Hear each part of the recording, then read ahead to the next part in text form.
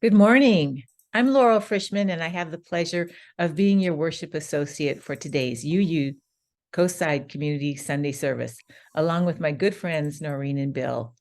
That video we just saw was a song from El Haru Kuroy.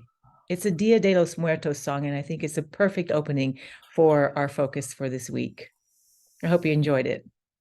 And welcome, everyone. Unitarian Universalists believe in the inherent worth and dignity of every individual. So people who share that value are always welcome in this community of faith and of action. Today, UUCC warmly welcomes back Verna Barrientos, a beloved member of our community, who will talk to us about Dia de los Muertos, a Mexican tradition which invites the dead to come out to play, quite different from the West, where death can often be stigmatized and shoved into the shadows. If you have not done so yet, now is a good time to gather a photo, a memento, or a picture in your head of a gone but not forgotten beloved family member, friend, loved one, or pet. And now Noreen will lead us in the lighting of the chalice. I would love to, Laurel. So we will light our chalice, and this is always fun because we get to use a real flame.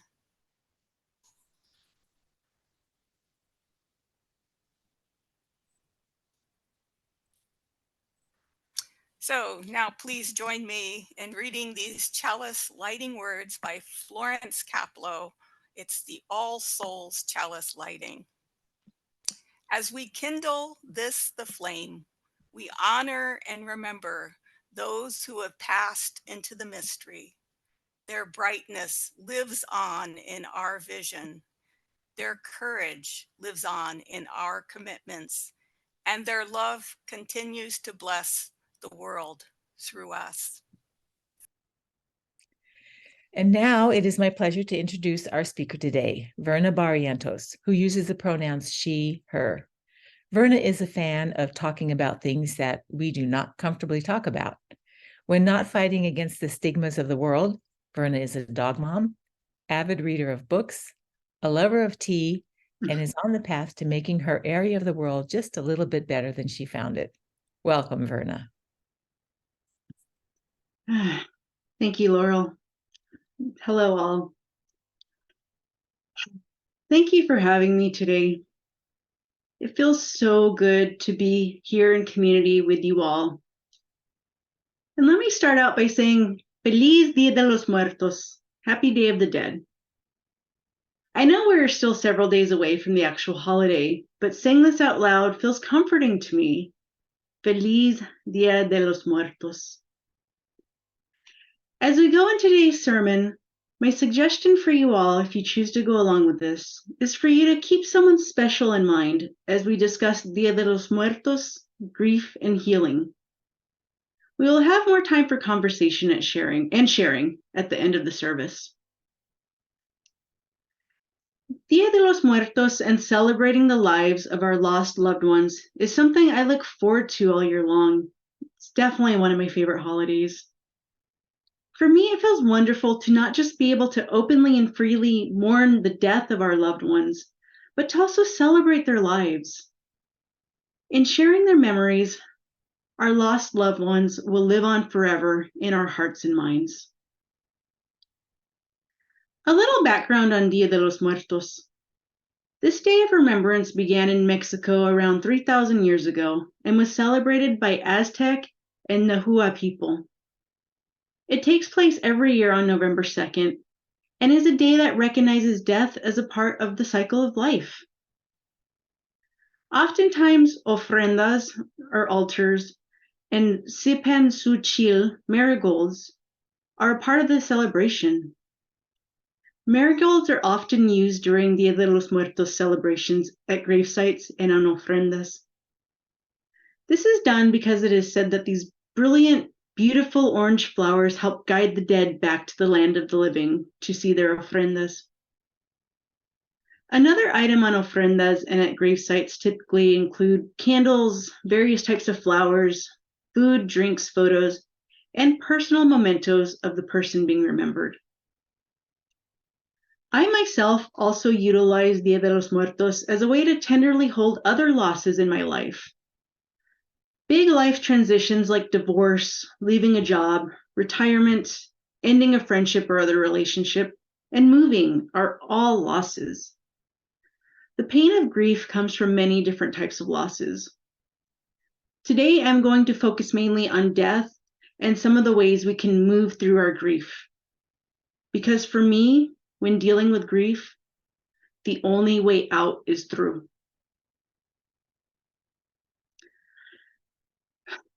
I have lost several people and pets in my life. 2 weeks ago, my stepson Joshua died unexpectedly. Joshua's death hit me hard. At this point in time, I am choosing not to share more about this tragedy because it is too new for me. It's still too tender. I have yet to really process much, and I have not been able to do my own grief work in the way that I want to yet. I heard a great quote from the TV series 6 Feet Under, something to the effect of, with death and the passing of time, it does not get easier. It just becomes more familiar.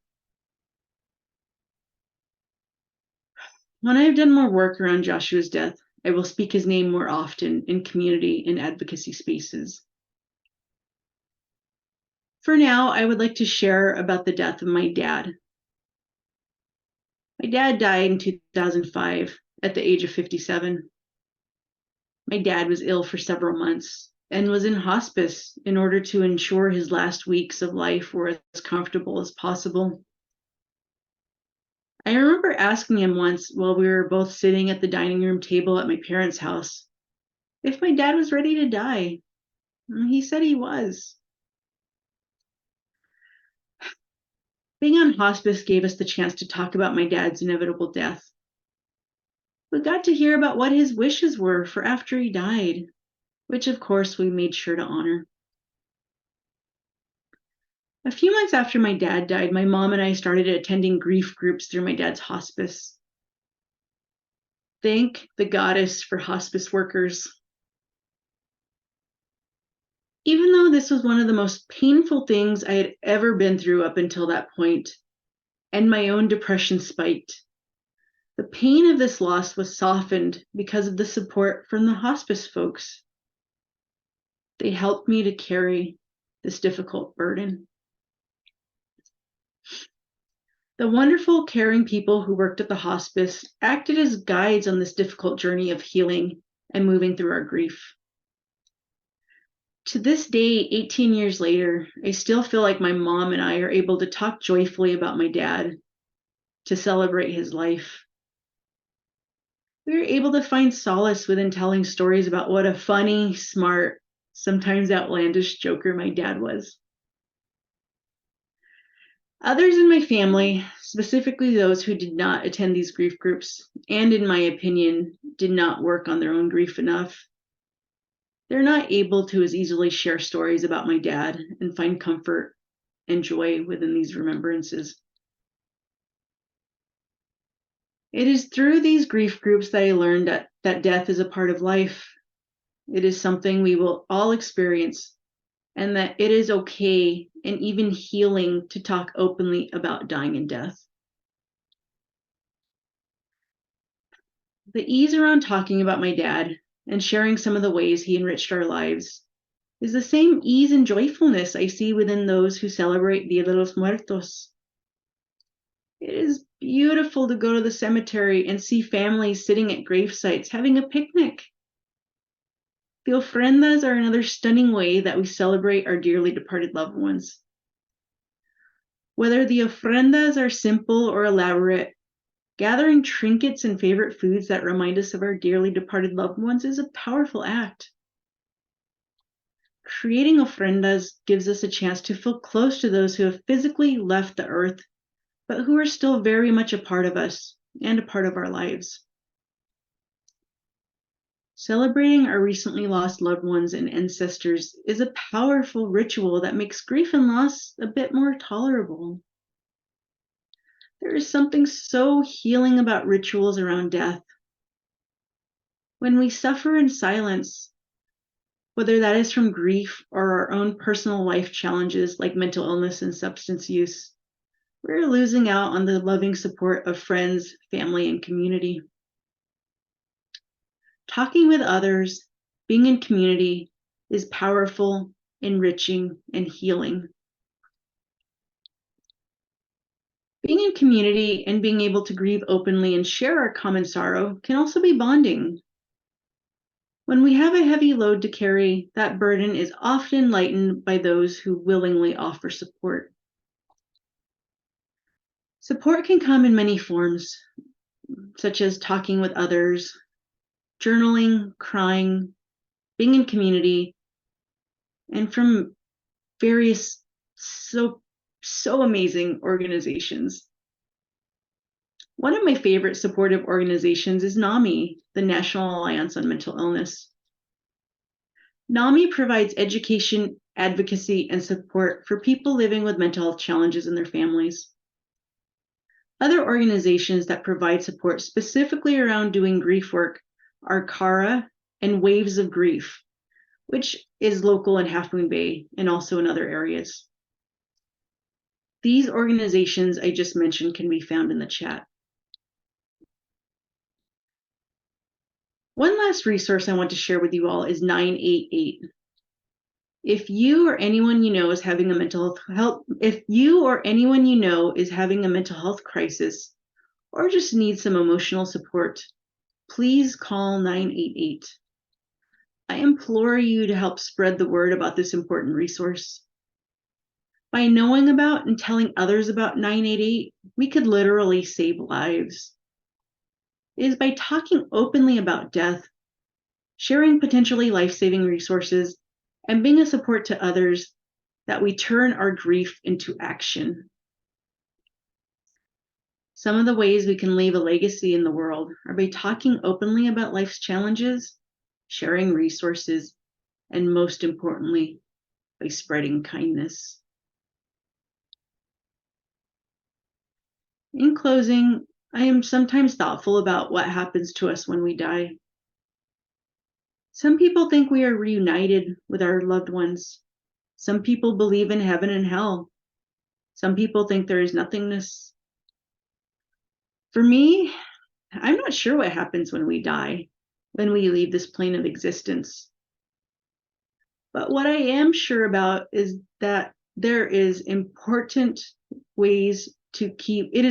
to keep the memory of our loved ones alive. Another thing I'm sure about is that grief hurts. It has been stated by various people and in several different ways that grief is the price we pay for love.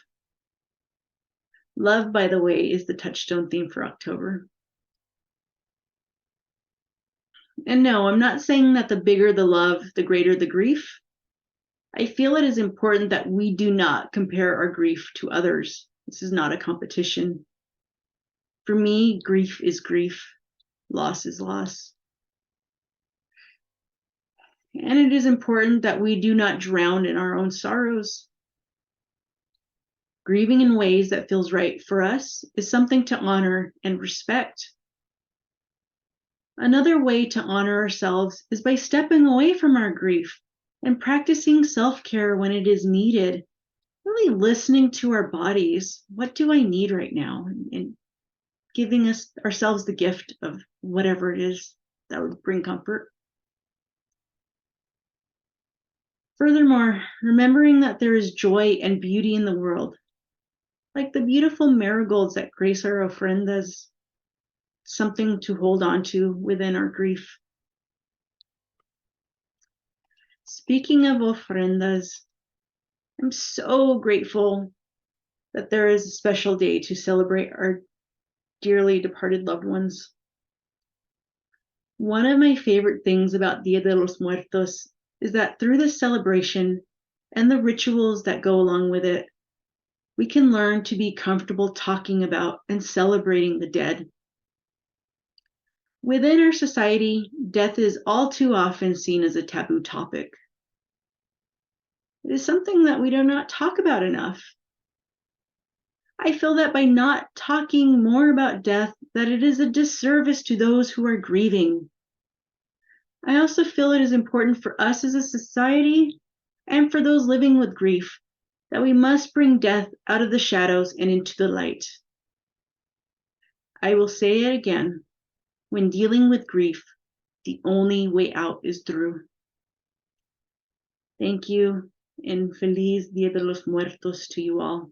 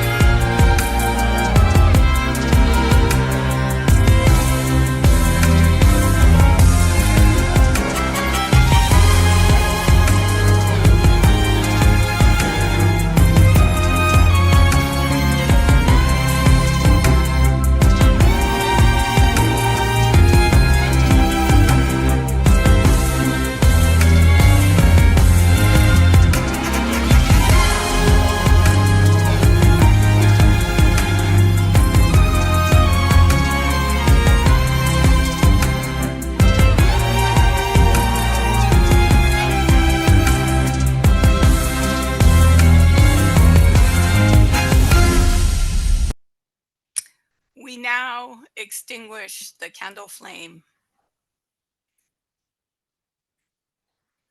Please join me now in reading these words by Elizabeth Selle Jones.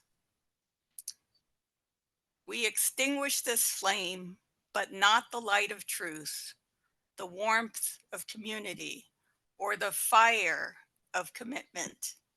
These we carry in our hearts until we are together again. And now for our closing hymn. Number 354. We laugh, we cry.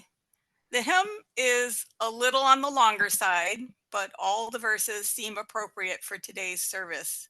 The hymn was written by Shelley Jackson Denham, who authored several hymns in our silver hymnal. So please feel free to sing along as we play this beautiful recording from the First Unitarian Church of Baltimore's virtual choir, directed by John Olin.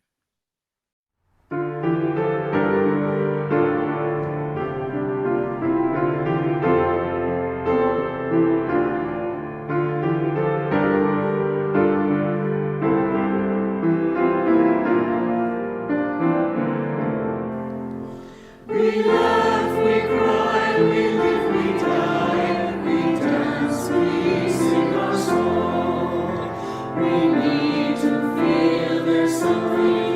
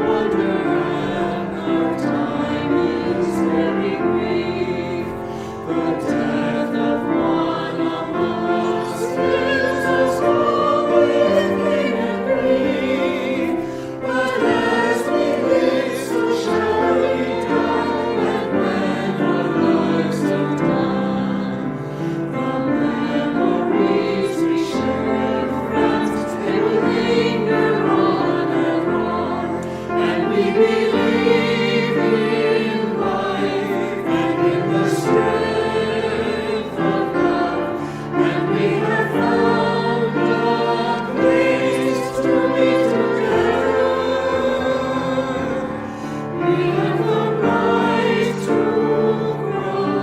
We have the gift to believe that He's within our living is an answer.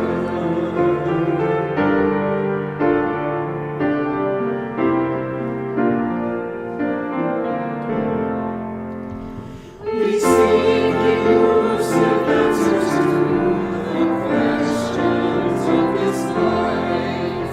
We seek to put an end to all the waste of human strife. We search for truth, equality, and blessed peace of mind. And then we come together here to make sense of what we find. And we believe in life and in the strength of love. And we have found the joy being together. And in our search for peace, maybe we'll finally see, even to question truly is an answer.